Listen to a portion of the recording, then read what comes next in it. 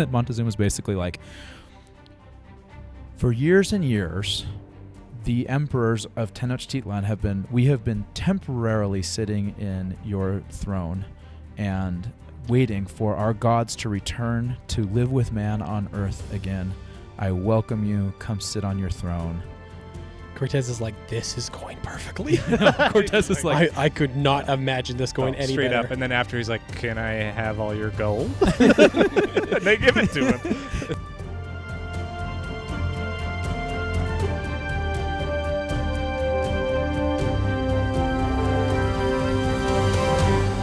ladies and gentlemen, boys and girls, welcome to the Cash Me Outside podcast, where the real treasure is the treasure that you find at the end. I like it. It's Miley Cyrus was wrong. It's not the climb. No, it's the mountaintop. That's it. We're here to find treasure. And if you're not here to find treasure, get the hell out of our podcast. I'm Alex Knight. I'm joined with the esteemed treasure hunter Chad Zollinger and Christian Bones Jones, neither of whom have successfully found a treasure ever. But no, we haven't found anything, but we've been involved. We have been treasure adjacent. That's it. we have been in the penumbra of treasure before. We're going to do something a little bit different this time. By somewhat popular demand, I guess that there's like 2 or 3 people out there who want to hear our voice. 2 or 3 of our total. I mean, usually we say we have 12 listeners, but I think that's gone up a little bit, like 15, 16 listeners. Yep. And 2 or 3 of them really wanted us to talk about just treasures in general, which sounds fun to me, lost treasures. We're going to do it. We're going to give it a shot. So if you've listened to this podcast up until now, you'll know that generally we do a season with each of the Utah treasure hunts. So what's going to happen now, we're going to give this a shot, is in between treasure hunts and the treasure hunt off season, we're going to explore the treasure lore. So obviously not one of the Utah treasure hunts, but one of those famous lost treasures out there. We're going to discuss, debate it, really, hopefully uncover the truth, and probably more likely to find these treasures than we are to solve a QR code hunt and win it that way. Yeah, look, some of you might be surprised to learn this. There are treasures. There are local legends of treasures almost anywhere. It's like you can't go to a town, big or small, at least in the United States, without some story of some treasure somewhere. So we're starting with a really, really big one. Maybe top 5 most famous, like, active, potentially lost treasures. This is on the Mount Rushmore of lost treasures. I would say, yeah. Although I am not a lost treasures expert, I'm looking to become that in the next hour or so. Yeah. Should also clarify. So what we're going to talk about here is the lost treasure of Montezuma. Another thing we are not experts in is Aztec history or the Nahuatl language. Or how to do podcasts or like how exactly. to just basic charisma, like talking to other people. It's like just a couple guys out here doing our best to find a treasure. That's it. That's all we are. That's all we are. And yeah, I mean, I'm pretty hopeful from what I've seen so far that it's within our grasp. $3 billion coming our way. Easy. Not easy, but we'll get it. The one other thing before we get into it is the format on this is going to be a little bit different. We decided, both for the most efficient use of our own time and to just kind of make the dialogue interesting, the way that we're going to format this is there's 2 important things to know. One, this is long form. So this is going to be a season over several episodes. We're going to kind of walk you through the story of the lost treasure of Montezuma. The other thing to know is that of the 3 of us, 2 of us have done research on this. We've spent some time digging in. And one of us, Christian, is going to be, by design, blind reacting. And so Christian is representing the audience in this experience. I appreciate you saying that's by design. Really, I just did no homework prior to this and let them know that. And they're like, okay, well, that's going to be the format. Yeah, one of us is going to just you not very clearly didn't want to do any work. So this entire format is created around Christian's laziness. Yeah. So if it works, congratulations. Thank you. Appreciate it. I would like the credit. So I don't know anything about this. I'm looking at a whiteboard that looks like Beautiful Mind with a lot of stuff written on here. I'm excited to learn. It looks really exciting. It looks Alex fun. did a great job. And so, hopefully I'll represent really kind of the audience, everyone else who's maybe this is new to. Hopefully I asked the right questions and follow-ups on stuff. So I'm excited to get going. And it's good. I think that like a clear brain for Christian allows him to really exercise his most important skill, which is like pretty inappropriate PG-13 puns. We wouldn't want to fill your brain with like history and facts and everything like that and risk your the chance of we are going to be walking in a winter punderland. Let's do it. Let's go. So without further ado, 2 out of 10 on that one. Thank you. And Chad, jump into it. And Chad is going to rank all my jokes. I'm going to continue that practice. That's not just to me on a podcast. I rank everyone's everything. So whoa. I could get you in trouble. Prove it. That's my next podcast idea. I like that. Okay, well, Christian, here we go. Yes. I'd like to tell you a story about the lost treasure of Montezuma. Today we're going to talk about the treasure itself and how it was potentially lost and what some of the like theories are as to the existence of the treasure. And then we'll kind of get into this at the end, but later episodes will be focused on the actual hunt for the treasure. This or is like different theories about where it is. That's right. Because there's a lot of interesting, my opinion, that's where it's all like the most interesting stuff. Right. This will be a little bit more historical, contextual story of Cortez or Cortez, if you're my brother-in-law, because he is Spanish. And has a lisp. No, that's how Spanish, that's how they speak. Okay. Get cultured, Christian. Sorry. Come on. Is there some connection? Do we have to get into it now? Is there a connection to Utah? So, yes. so the main reason we chose this is there is a very deep connection to Utah here. Ooh. Starting with, some scholars believe that actually, the Nahua people, which are the people that formed the Aztec Empire, their native homeland is actually in the southwestern United States. So we know that the... Sorry, go ahead. For the longest time, I mean, this again is... We'll go deeper into this in a... one of our next episodes, but for the longest time they thought it was Arizona or Nevada. It was Arizona, some ruins in Arizona, but more recently have found evidence that it could be in Utah, in southern Utah, and there's some really cool connections to the treasure itself and things that have gone on. Okay, so when I'm watching like Road to El Dorado, which I do if you're in South America once a fiscal quarter, yeah, I'm naturally thinking that's like Colombia, Honduras, in that area. But yeah. Are you saying this could be taking place in those people are dead wrong? Southeastern United States? Yeah, they're searching in jungles. They should be searching in sandstone caves, is what we're saying. El Dorado is a different story, right? El Dorado isn't. Yeah, it's not real. Okay. No. I'm saying it's. Yeah. It's not Montezuma's It's the Golden treasure. It has nothing City. to do That's with not Montezuma's treasure. Okay. So thank you.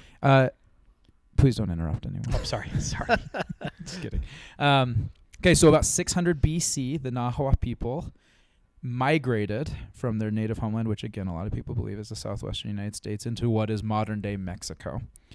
And for centuries and centuries, the story goes, of the Nahua people, there are a bunch of factions that were formed, and they just beefed with each other all the time, just fought each other.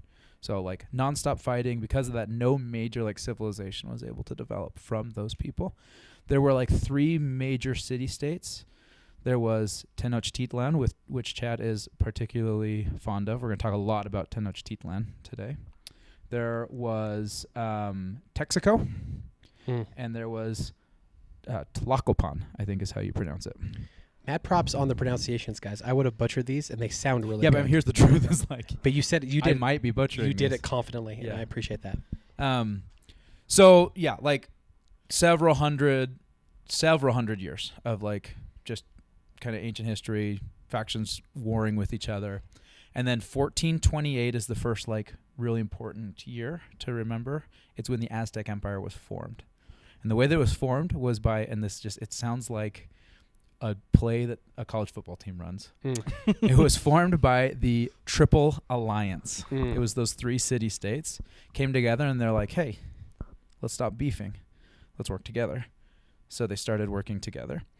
And that formed the Aztec Empire. The Aztec Empire, a lot of people think the Aztec Empire lasted for like a long time. It didn't. The Aztec Empire only lasted for about 100 years. And there were there were more city-states. For sure. This alliance basically got together and just started taking them all out. I don't know if you guys ever played. This reminded me of Age of Empires or Warcraft. I don't know if you guys ever played that. I'm a nerd. But this is the exact situation. It's like all of these little cities that started building as fast as they could, made alliances, and started killing the other cities. And it was all around Lake Texcoco, right? Yeah, that was so Tenochtitlan was built around Lake Texcoco. Tenochtitlan was in the middle of Lake Texcoco, and all these city-states were around it. Yeah, in like the kind of swampy and Tenochtitlan actually started, I don't know if you saw this, but it actually started as 2 different city-states. I didn't know that were, I think they said like 300 or 400 meters apart. They were pretty close. After a bit of time, they both grew so big that they just merged into one city. And as Tenochtitlan like got bigger and bigger, and it was like the capital of the Aztec Empire, that original city-state, the other one, remained as like they had their own culture. It was just a different part of the city. It was like sharks and this is my time. This is my time. Sharks at the Sharks other one. And Jets. He's referencing West Side Story, which are 2 NFL teams. Yep. I love it. Okay, so you have these the 3 main city-states. They form the Triple Alliance, and they kind of like work together, but there's no like single government or anything like that. Like they're just friends, right? Until 1428, Ahuitzotl, who was the king emperor of Tenochtitlan, consolidated power. So he basically, Tenochtitlan was like the strongest of the 3 at the time, in part because Chad alluded to this. It's just this incredible city, right? So it's sitting on an island in the middle of Lake Texcoco, and they had built these causeways in and out of the city. So it's basically like a city protected by a moat. They had these like pretty advanced aqueducts that allowed them to have fresh water coming in and out of the city, and they also figured out how to do this floating gardening, so that they could just like have their own agriculture. They didn't have to be importing, exporting, anything like that. And just a little note on like the size of the city. This rivaled the biggest cities in Europe. Yeah, so it had 300,000 people was on an island in the middle of a lake. On an island in the middle of the lake where they did not need farmland because they created a new type of farming. Yeah, where it was a floating gardens, I think they called it. I don't remember what the term is. I think I have it here somewhere, but there's a word I wrote it down. Where did I write it down? Did you? Yeah. Chinampa. But yeah, they type of gardening and farming that they just it floated on the lake, which was sick. Anyways, massive city, had a zoo, we'll talk about the zoo. Oh, really? Oh my gosh. Is there more to say about the zoo? There's more to say about the zoo. Okay, awesome. Oh yeah. Tenochtitlan divided into 4 districts. Every district had a district leader. There were zones that oversaw the districicts, and they each had 2 zone leaders. Okay. And then you had the emperor, and then the assistant to the emperor. And the most righteous was always the assistant to the emperor. A little inside joke, but that's actually not far off from the truth as far as like different zones and within the zones of districts. I think there are more like 18 districts within each of the 4 zones. Yeah. But yeah. And a fairly like centralized government over Tenochtitlan. Anyways, the big thing that happened, right? Ahuitzotl, basically, and this was like he in a lot of ways is considered kind of a hero of the Aztec Empire because of the way that he consolidated power. But he basically goes to these other city-states and is like, I'm high priest now, and your laws don't apply to me, and I'm the guy. And because Tenochtitlan was so strong, they just had the superior forces. Kind of everybody fell in line, right? So Ahuitzotl was technically the 8th king of the Aztec Empire, but it's the first time that you really started to see like a consolidation of power. The other thing about Ahuitzotl is that he was pretty active militarily, and he was like always just going out and smoking these other smaller factions. To Chad's like video game reference, he's just out there acquiring other small cities. Anyways, these like small towns and cities on the periphery. You guys didn't enjoy that reference? You guys never played those games? I liked it. This is 4 out of 10. Christian didn't have video games. Warcraft? 4 out of 10? Thank you. Yeah. I was raised Amish. So, Age of Empires was pretty much my what was when you tell the story? Christian was a roller coaster tycoon. You better believe. No, my backyard was Age of Empires. We were like farming, and I would like my dad would ask me to do something. I'd be like, "Yes, my lord," and I'd go build it. What was the story of your dad with the misunderstanding of what a Nintendo was? Oh, do we want to break this for me to tell a story? I think so. I mean, we can always cut it if it sucks. Okay. Well, it was Christmas. I was 16 years old. My parents, for the first time, got us a TV and a gaming system. That's a great story. My dad, who's very old-fashioned, and he thinks every gaming system is a Game Boy. So when we got the gaming system, which happened to be a PlayStation, my older brother called my dad that night and he said, "Hey, how's Christmas? How'd it go with Christian and David?" That's my older brother. He's like, "What'd you guys get him?" He's like, "Well, Nancy, she finally talked me into it. We got them the Playboy." So he mixed up PlayStation and Game Boy, and my dad, in his pure innocence, has no idea what Playboy is. And he's like, "Yep, they've just been downstairs for hours just fiddling with the Playboy. Can't get him away from it. David takes a turn, and Christian takes a turn, then David takes a turn." These kids are glued to their Playboy. And your brother is just like, "What?" My brother is just, in his head, he's just laughing so hard because he knows exactly what he means. But that's my dad for you. Anyways, sorry for the distraction. Back to the story. Okay, yeah, back to Ahuitzotl. So Ahuitzotl's reign lasted like 16 years. And in the course of, his kind of military campaigns, there was one particular military leader whose name was Montezuma II. I've heard that name before. Enter Montezuma. Couple facts about Montezuma. He was born into royalty, born in Tenochtitlan, educated in like the finest school. So like the University of Utah of Tenochtitlan. Perfect. Yeah, I get it. The finest school. Said that he was a very, very good student, super interested in religion, and that kind of plays into the type of emperor he became. And to be clear, this isn't like religion to them wasn't like, "I'm a family man." He was very into ritual sacrifice. Yeah, No, he was a nice religious sacrifice guy. Cool. Yep. And in more ways than one, kind of might have contributed to the demise of the Aztec Empire. Yeah, true. So a couple of things there, right? Like the emphasis on Aztec religion also meant there was a lot of emphasis placed on religious art, particularly like their metallurgy was around gold and silver, jewels. So these empires, the 7 empires that are the emperors or kings that predated Ahuitzotl and then Ahuitzotl, they just started accumulating a lot of treasure as they conquered and conquested, and it was a representation of the vastness of their empire. Who are they worshiping? Like, what is their religion? Bunch of different gods.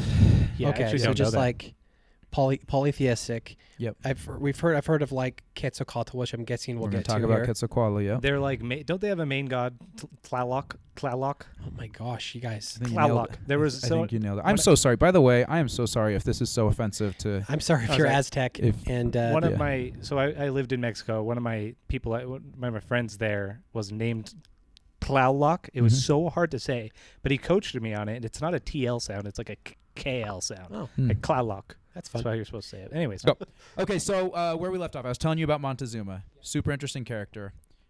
Born in Tenochtitlan to nobility, educated at the finest school, good student, super interested in religion. I think there's some records that say he started down the path of becoming a priest. There's some that say he was interested in becoming a priest or what have you.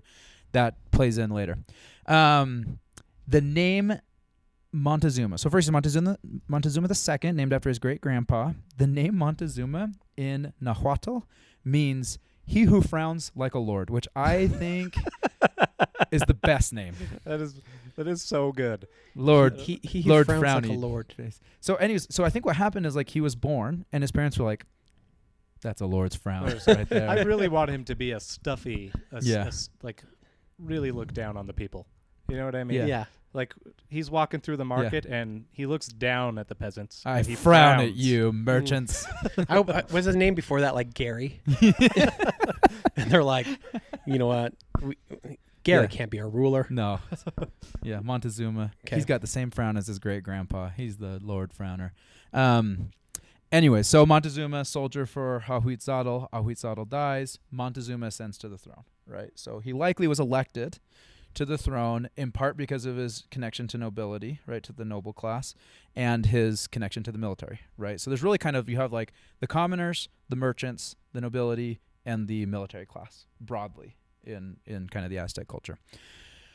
Okay, Montezuma ascends to the throne in 1502, and shortly thereafter starts running into problems.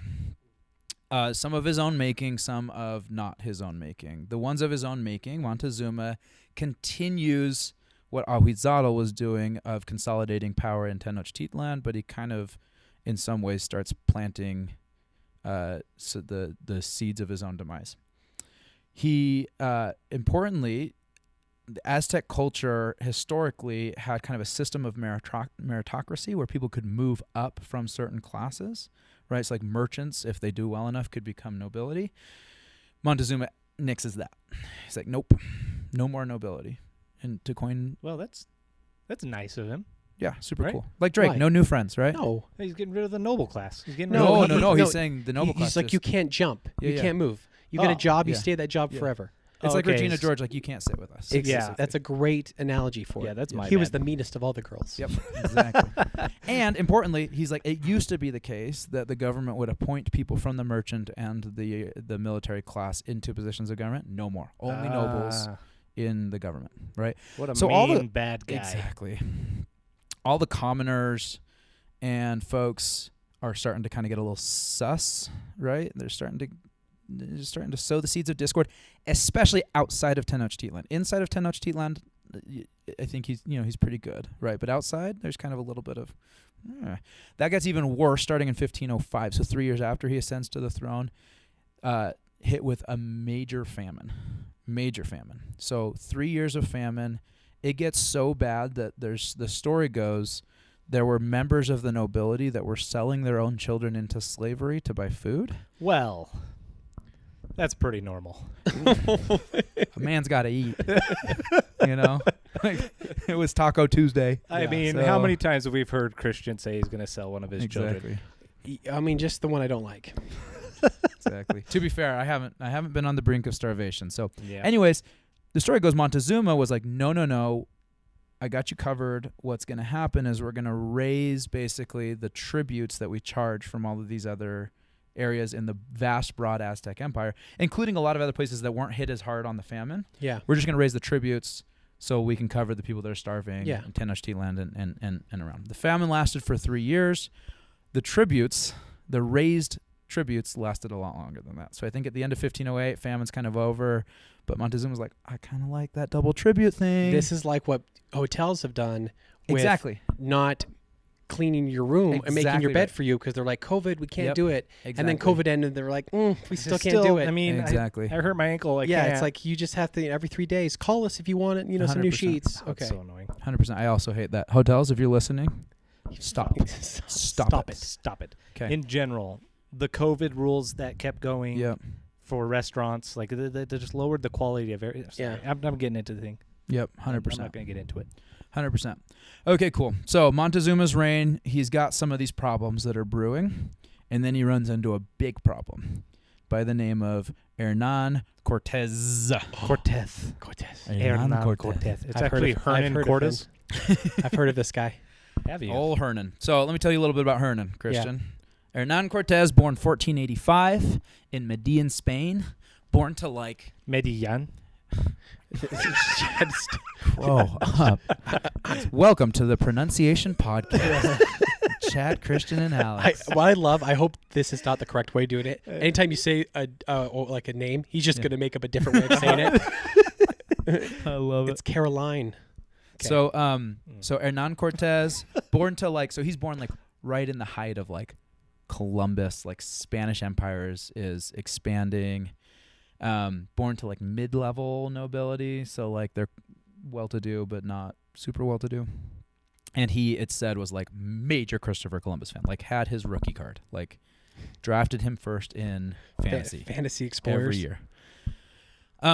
Which led to, so when he's 18, 1504, he bounces. He leaves Spain and goes to Santo Domingo, which is the colony in the Caribbean of the Spanish Empire, and it was modern day Dominican Republic.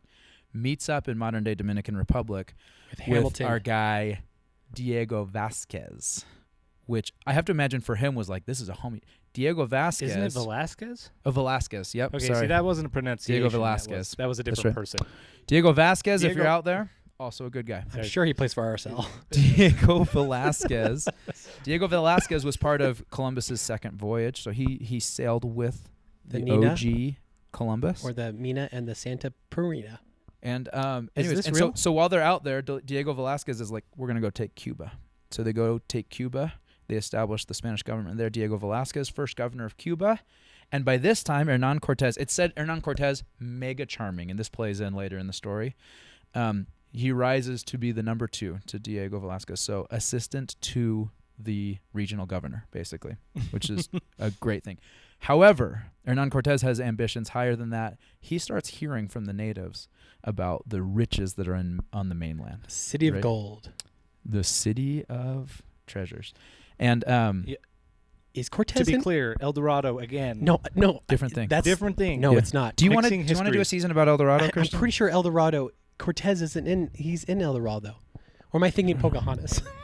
I think you're thinking Disney movies, which may or may not be That's as far historical. as my connections go. Is he the one in the jungle with Tarzan? Yes. Okay. Clayton. So back to the story. Yeah. Cortez and John Smith go find Pocahontas. Anyways, yeah, truly back to the story. To find the resurrection stone, and bring back Voldemort. Anyways, no. So they go to Cuba. Don't joke about everybody's that. Everybody's like, hey, you got to go to if you want treasure, Spanish people, go to the mainland, right? And so Cortez is like, hey, Velázquez, let's go conquer there. Let's go to the mainland. That's where the treasure is. Velázquez is like, no, I got it good here. He's starting to establish the tobacco trade in Cuba, Cuban cigars. He's like, I'm good. Don't go, Hernan. And Hernan was like, but I got people that want to go. He's like, don't. So Hernan kind of sits back for a little bit later. 1519, a couple years later, he leaves.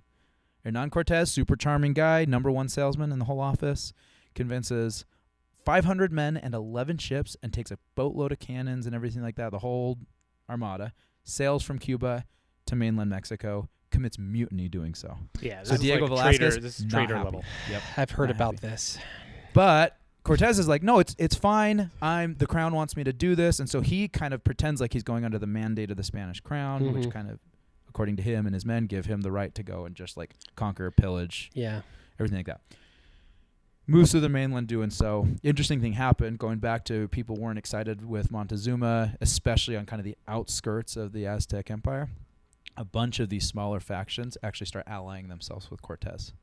Interesting, because, this kind of happened sometimes with like Native Americans and stuff. Like they would band with a conquering nation to help them beat the Indian tribe that was dominating exactly them. Right. Okay. Yep. Interesting. And so this happened. So November 8th, 1519, Cortez arrives at Tenochtitlan, and that's when Cortez and Montezuma meet each other.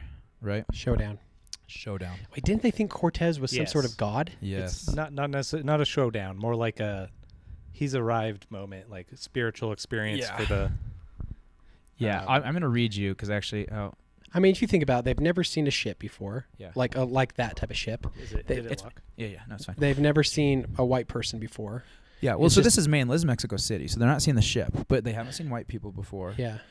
There's one legend that says like they hadn't, the Spanish used steel for their armor or their armaments, and they hadn't seen that before, and so like, it's so shiny, he must be a god. These folks must be gods. So Cortez tells so there's a letter from Cortez to the crown in Spain that talks about how they're greeted. Do you want me to read it? Any part? Do you have it? Yeah, I got it right here. Just read it. It's long. The whole thing? Go for it. This thing's like math. Okay. Let it rip. There came to me at this place on a causeway nearly 1,000 of the principal inhabitants of the great city, all uniformly dressed according to their custom in very rich costumes. And as soon as they had come within speaking distance, each one, as he approached me, performed a salutation in much use among them by placing his hand upon the ground and kissing it, and thus I was kept waiting about an hour until all had performed a ceremony. Jeez, what the? That's not in the letter. Jeez, what the? Am I right? Am I right? I gotta go to the bathroom. WTF? LOL. Make me wait for an hour. Okay, continuing.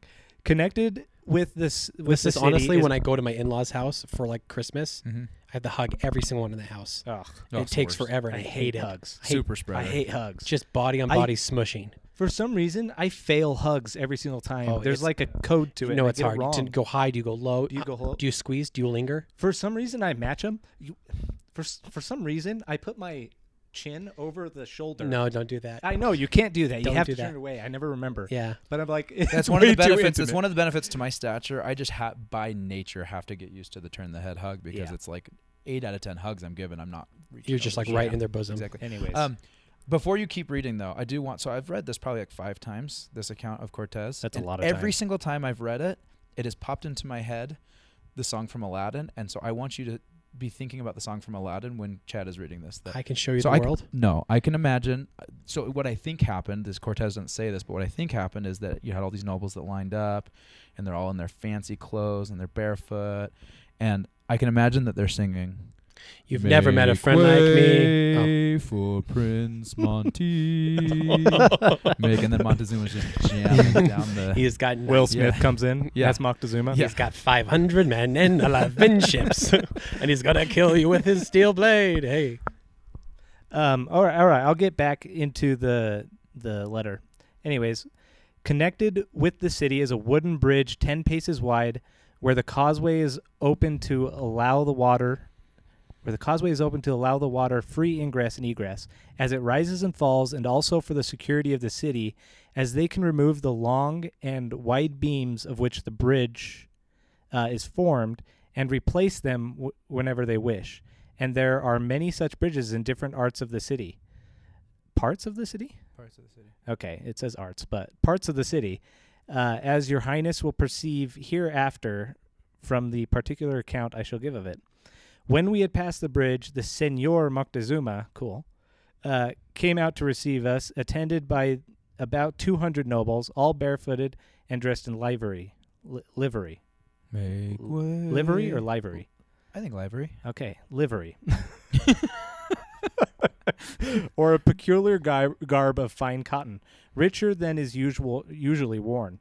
They came in 2 processions in close proximity to the houses on each side of the street, which is very wide and beautiful, and so straight that you can see from one end of it to the other. I wonder how long it was. That's how streets work. Not back then. No, it's not. Yeah. If every street were straight, you would get nowhere. Yeah. Hey, audience, I'm sorry Christian doesn't know anything about streets. Yeah. Clearly, we're not talking to a city planner here. Crap, I forgot where I was. Although it is 2/3 of a league in lengths, having on both sides large and elegant houses and temples. This is the Aztec Empire. This is crazy to me, the description. Anyways, do you guys know how 2/3 of a league is? How long is that? Yeah, it's a li. Yeah. It's a li. Lig. Anyways, I did not understand. But so the second part of Cortez's letter, and there's the Aztec recounting of this as well, but it's in the Florentine Codex, which is like, it's this priest that stayed back, interviewed a bunch of these Nahuatl people, and basically the way that goes. So Cortez writes this letter, and he's like, this Tenochtitlan is incredible. There's this incredible procession to meet Montezuma. Montezuma shows up with his most trusted assistants, and then Montezuma's basically like, for years and years, the emperors of Tenochtitlan have been temporarily sitting in your throne and waiting for our gods to return to live with man on earth again. I welcome you. Come sit on your throne. Cortez is like, this is going perfectly. Cortez is like, I could not imagine this going any straight better. Up, and then after he's like, can I have all your gold? And they give it to him.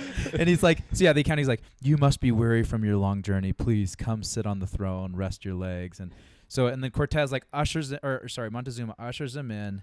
They set Cortez and his men up in like one of the palaces in the center of the city.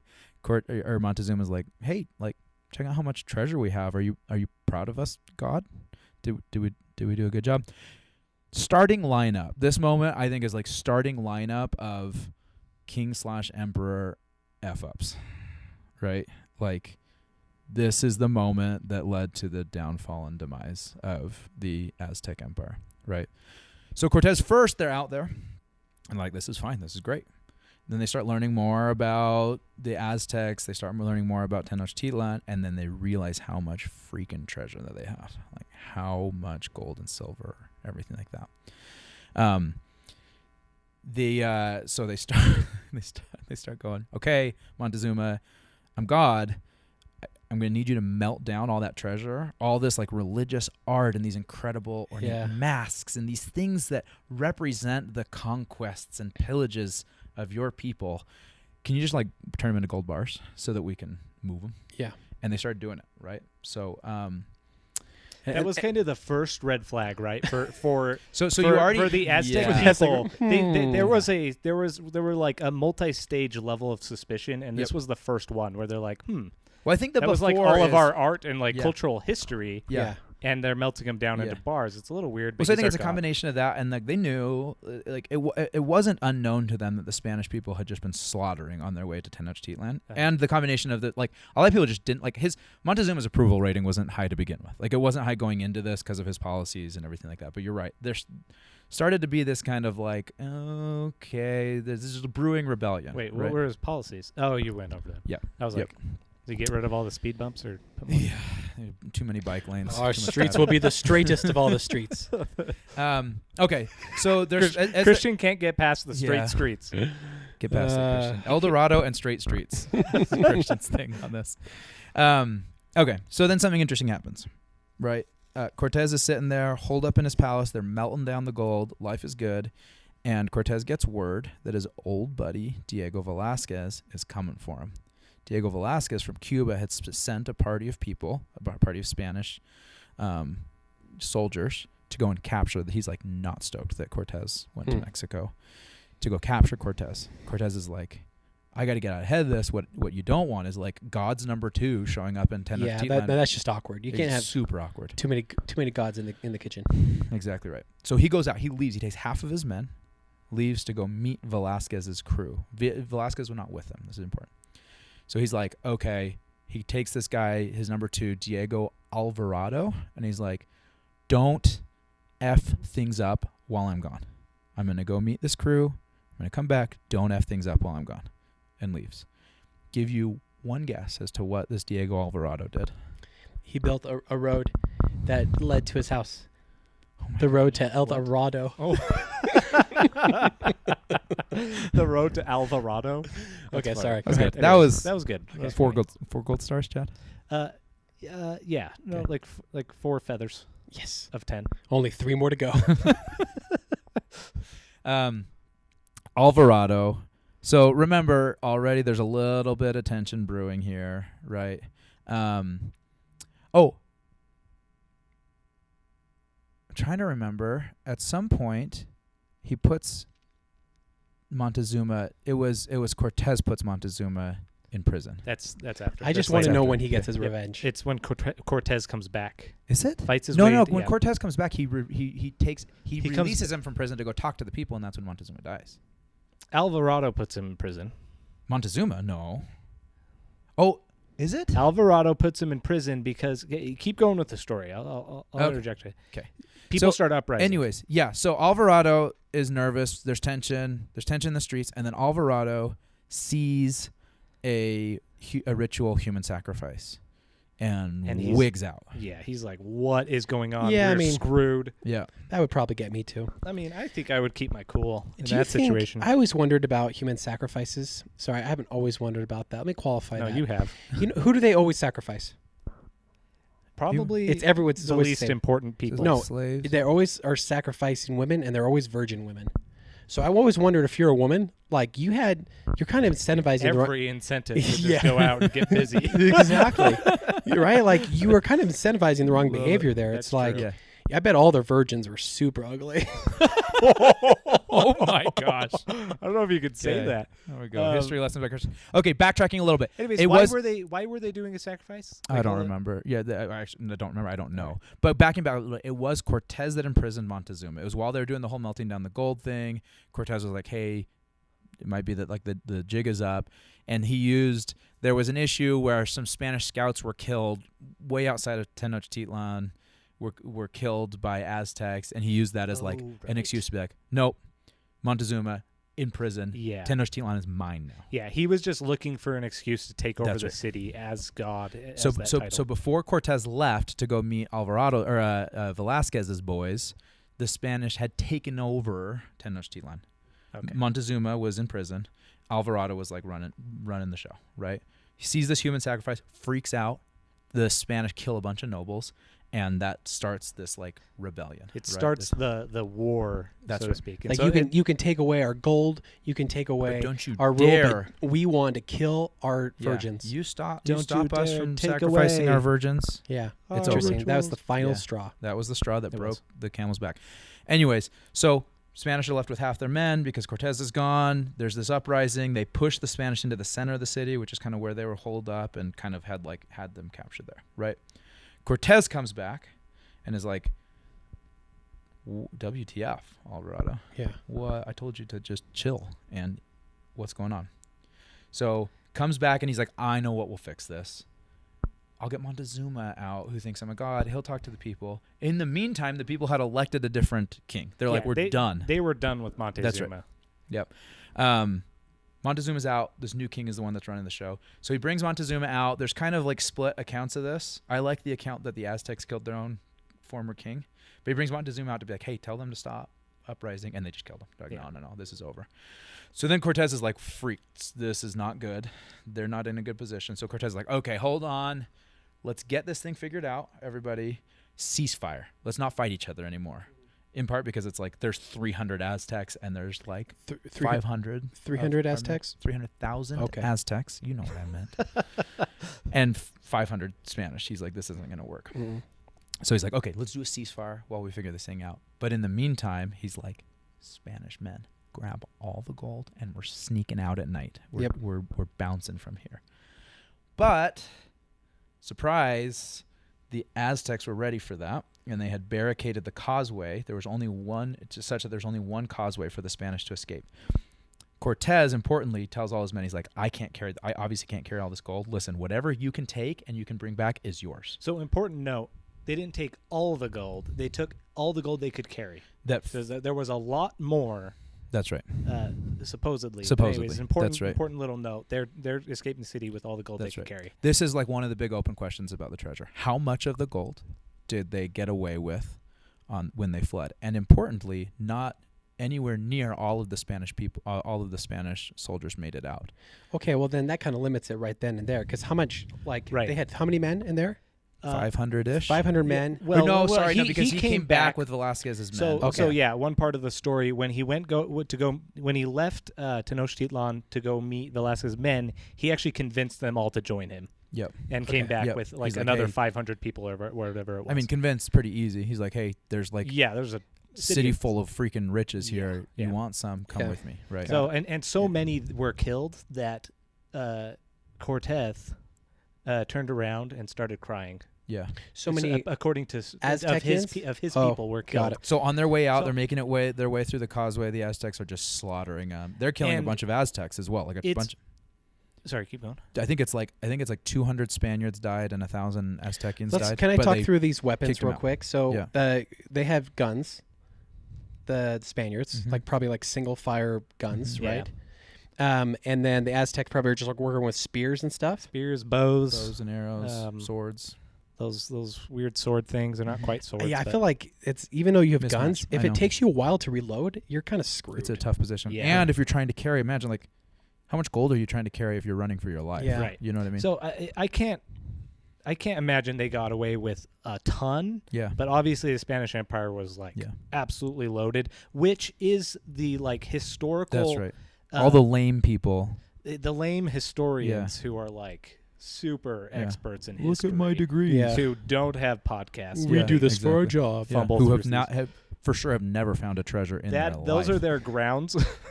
Those are their grounds for saying the Spanish got away with all the treasure. Yeah, they used it to fund their wars in the Netherlands and with England and there's really Wales. no accounts where they're like, Cortez wrote a letter where he said, I got all of their treasure, we wiped them all out, took everything. First of all, there's no way. If you're fighting your way out of your city... Well, there's more to the story. They come back. Okay. Yeah. But there's more to this night. So this is June 20th, 1520. Mm-hmm. It has a name, this whole event. Montezuma's Revenge. No, I want to know where it comes from. Montezuma's Revenge.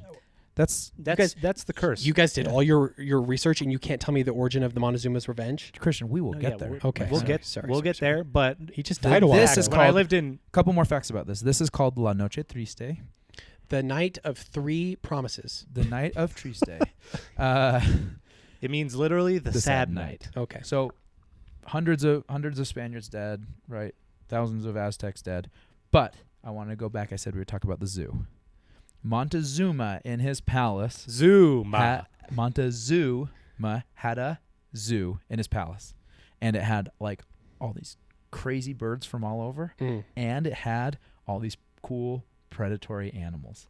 So he had panthers, jaguars, snakes, wolves in his zoo, in his palace in the center of Tenochtitlan. Super cool. They would feed them with like deer and stuff like that. They would hunt. The history of this night is that the Aztecs, after the Spanish left, they took all the Spanish bodies and fed the zoo animals with the bodies of the Spaniards. That's pretty cool. This wasn't a sad night for the animals. They didn't name this night. So they call this night, by the way, like Golden Corral. By the way, called it Thanksgiving.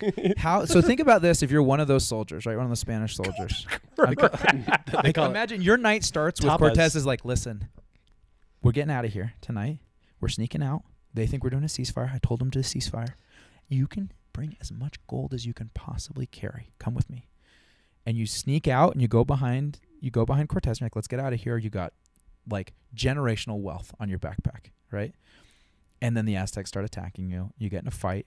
And let's just imagine you don't get killed, but you get like pretty seriously wounded. Mm-hmm. And so then you're like, okay, not like this night went from I'm going to be one of the richest people in Spain to like, okay, I might die here. And then just as like the cherry on the top, some like Aztec guy just slumps you over his shoulders, walks you into the city, just tosses you into the wolf's den, and the wolf finishes you off. Honestly, I'm not a fan of the Spaniards in this story, so it's like, I mean, that might be how I react. So No, I'm not saying, I'm not telling that for empathy. I'm just telling you that's a wild freaking way to die. You're a real Cortez guy. Yeah, I don't love Cortez. Okay, so there's more stuff that happens here. Cortez leaves. He bounces. He's obviously going to come back, right? Cortez knows two things. Tenochtitlan is this incredible city, and there's a ton of treasure. And wolves. And they have a zoo. Yeah. And you can't... I want that. You can't leave the zoo. The other thing that he left them with, though, is smallpox. So... Yeah. So this is actually something interesting that I think it's pretty well known, but I learned more recently, is that the Europeans, when they were just like expanding this, 1500s was when they kind of started searching, they brought disease everywhere. Oh, yeah. Like... So I read a book called Shogun. They basically do the same thing. They tried to do the same thing in Japan. I think the Portuguese were the first to find Japan. Japanese people were very like clean. They had baths, like natural hot water springs. And when the Europeans got there, they were like, "You guys smell so bad." So they all smelled like poop, and I think that's significant. They brought disease everywhere, and I love that. I don't love that. I don't love that. But. So I always wonder about this. It always felt like why didn't Cortez's group get sicknesses that were like yellow fever, like specific to that area as well? Like why was it just like smallpox? I mean, they're living just from the Europeans. They're living in nature. Like I don't know. I almost feel like you would be more. I don't know. Yeah, because I always heard that too. And do you know if they did that on purpose? Like, was it weaponized or was it just like lucky? I mean, with the Native Americans, it wasn't on purpose. The Native Americans, I think they figured out. They figured out how to weaponize it for sure. From what I've like looked, because I have looked into this a little bit. By the way, just to be clear, this is not a history podcast. So if we're misstating this at all. From what I've looked into, Europeans weren't like aware of how bad it was for them. They didn't know they smelled this bad. Yeah. But like when they go to Japan, the Japanese people are like, "Oh my gosh!" It smelled terrible. To a degree, that's.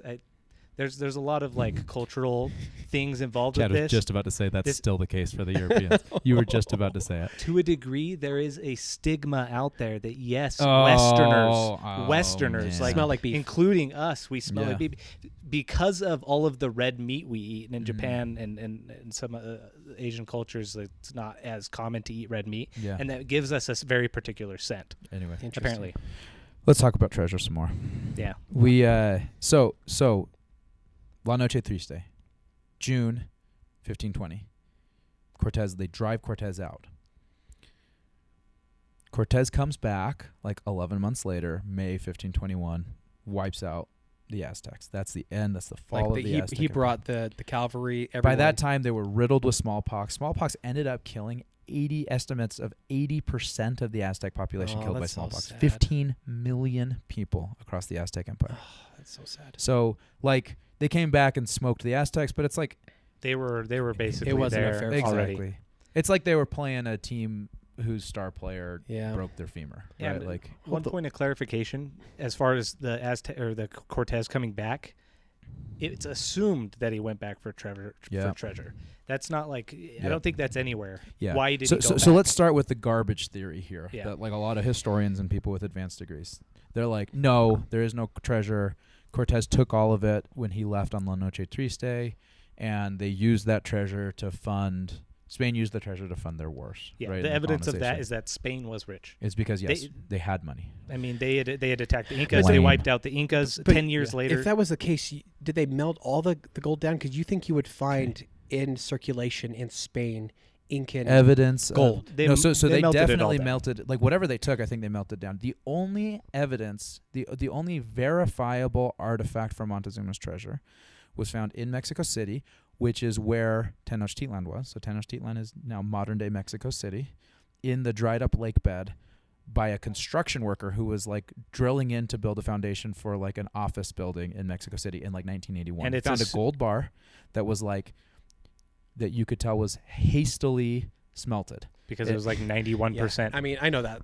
You take one look at it and you're like, there's no way this is more than 96% gold. Was this smelted? Exactly. Like, what kind of smelting job? Hastily smelted. Exactly. So, anyways, that's like, we know that they melted those bars down, and then the theory there is like but like that fell into Lake Texcoco. Yeah, it was like along one of the causeways, right? Is that true? See, I think that's so. Really here's cool. the better theory, historians out there. This is what happened, okay, and this is what's going to lead to the rest of the season. The Aztecs drive Cortez and his army out during La Noche Triste. Then the nobility, right, the priest class of the Aztec Empire, they say, we are under attack. Cortez and the Spaniards are going to come back. There is no world in which we can let our treasure, the representation of the vastness of the Aztec Empire, our history, our conquests, fall into the hands of these European conquerors. And so they tasked a unit of soldiers and slaves with packing up the treasure and jetting out of there and hiding it until this war with the Spanish was over and they could bring the treasure back to restore the Aztec Empire as centered in Tenochtitlan.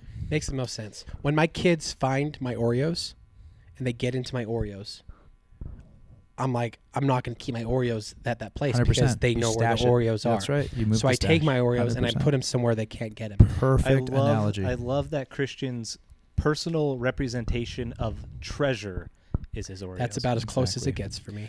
But so the Spanish are his kids. It's important. It's important here. They're sick all the time. It's important here to work through like the theories here. So theory number one is there just wasn't as much treasure as maybe everybody thought there was, although Cortez made a direct accounting of the vastness of the treasure. Theory number two is treasure made its way to Spain, was circulated throughout Spain to fund wars and colonization. And then theory number three is that the Aztecs moved the treasure before Cortez came back to conquer. And there's a number of different places that people think that they moved it. And the rest of the season is going to be dedicated to chasing down all of those theories and who are the players that have tried to find Montezuma's treasure, which has not yet been found. And there's a connection to Utah we're going to get to. There is. And in just as like a teaser, I feel like the most like tantalizing evidence for the treasure having been moved by the Aztecs before Cortez returned is some of the stories about what they've found, people seeing processions of Aztecs moving upwards with like a bunch of stuff. Other Indian tribes, right? Like the Peyotes. Yeah, and there's also, it was also established, again, we talked about the fact that the Aztec or the Nahuatl homeland or the Nahua homeland was in the southwestern United States.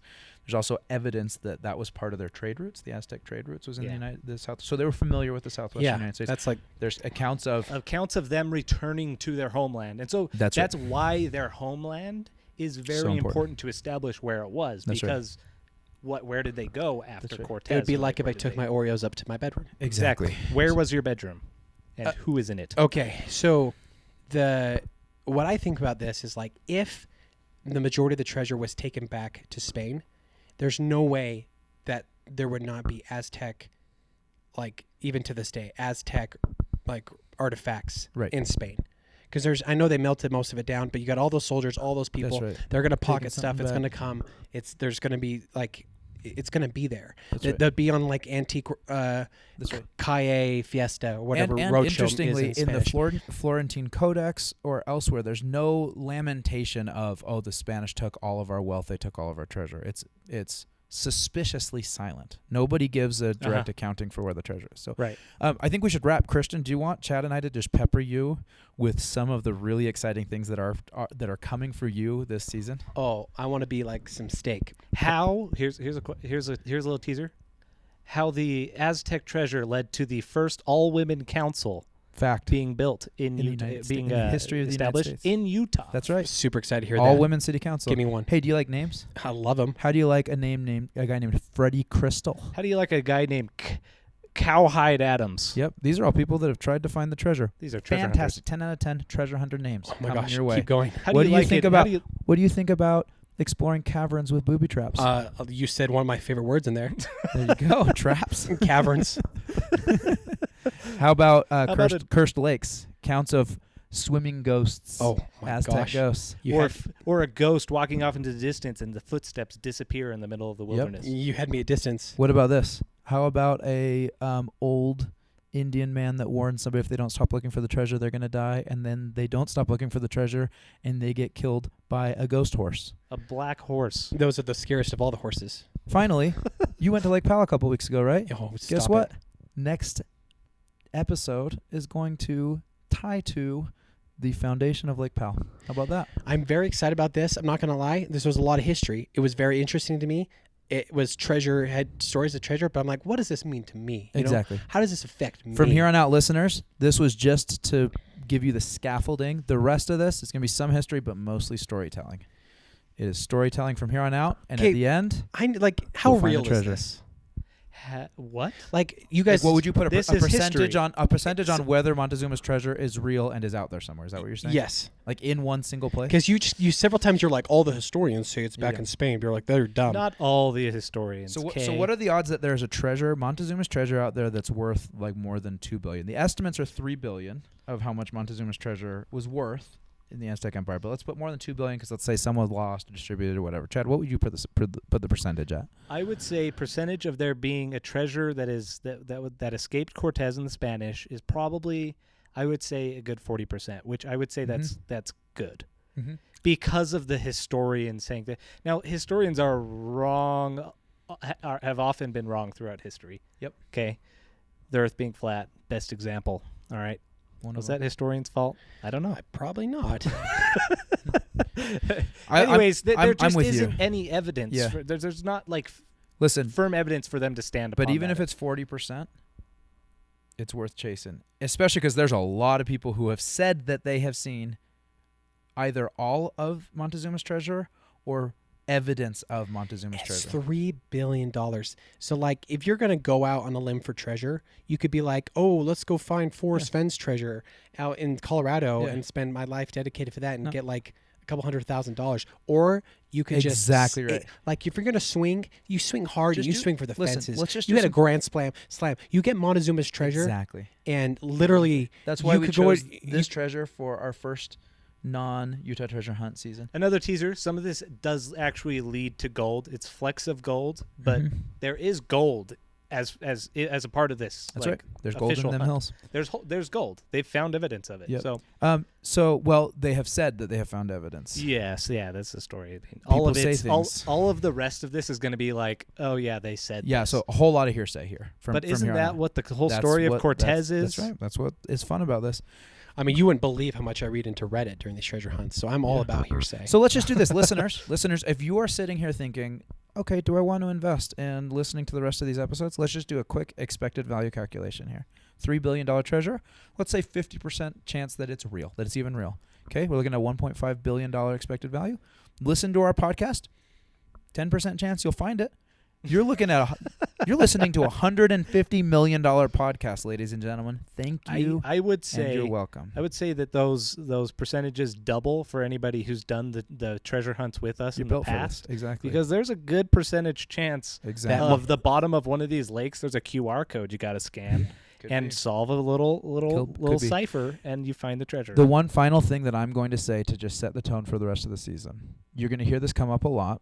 People believe that the when the Aztecs soldiers and slaves left to go hide the treasure, the soldiers killed the slaves, and then some believe the soldiers killed themselves, others believe that the soldiers just kind of integrated into another Indian culture. But a lot of people say that the treasure is being protected by the spirits of those soldiers and slaves until a time comes when a worthy person who has the intention of restoring the Aztec Empire to its former glory comes to find the treasure. And this is what I'm just going to throw out there. I have no idea how to restore the Aztec Empire to its former glory, nor do I think it's possible. But if in the course of this podcast we find a $3 billion treasure, I'm committing right now with you two and all of our listeners as my witness, I will use those $3 billion to buy a professional football team, bring it to the United States, bring it to Salt Lake City, Utah, and I will name the stadium Tenochtitlan, and I will name the team the Fighting Aztecs. And you'll put on Antelope Island. Is this? And you build a causeway. Okay, well, that's my commitment. It's a really cool that's what idea. I will do with the treasure. I think it's a really cool idea as you present it, but I think you might get accused of cultural appropriation a little bit down All the the money that the football team will make will go to funding scholarships to any... All the money? Okay. See, all the profits that the football team will make will go to funding scholarships for people that are descendants of the Aztec Empire. So that's what you'll do with your portion. I love that he could just give the $3 billion, but he's like, no, I'm going to put... There's going to be a middleman here, and it's going to be an NFL football team. Are you like laundering the money through the... Yeah, because it's like, look, I'm all for scholarship, but I want to have some fun. If you give scholarships to like people that are like 15 generations removed from the fall of the Aztec Empire, it's not like they're going to be like, hey, we're going to go kick them out of Mexico City and build Tenochtitlan again. Yeah, that's a good point. This is probably the most direct way Chad, to what are you restore gonna do the with the Aztec money? Empire. I haven't thought about it, what do I want? I'm very frustrated I don't have a house. So $3 billion, not $1 billion, worthy. Right? You're not worthy to find it. Sorry, Chad. Yeah, I'll probably buy an island and near another island with a house on it, create a city, and maybe try to like do like a little war with the other houses that Chad's are around. just gonna run it back. Yeah, I like it. Why not? I mean, worked. No, it didn't. I'll bring back Chad's ritual just inviting sacrifice. Chad's just inviting us over to check out his chinampas, his floating gardens on his island. No, honestly, home. that's like my favorite part of the story for some reason. I don't know why. The Aztec Empire was dope. Super shame that it lasted 100 years. That's on you, Montezuma. Yeah, the whole, that's tough. Bring come bring it conquer all us, back. God. Honestly, it'd be a great way for you to meet some virgins. I will not be sacrificing them. All right. Man. We have fun. That was fun. Thank you, guys. I really enjoyed that. I feel like I learned a lot. Yep. And I'm excited for this journey. Stay tuned for next episode. 2 lost prospectors, broken legs, caverns filled with gold, and Indian friends. And that's just the sponsors. All right. Thank you. Break. Until the next one, we'll catch you outside. Outside. What is it?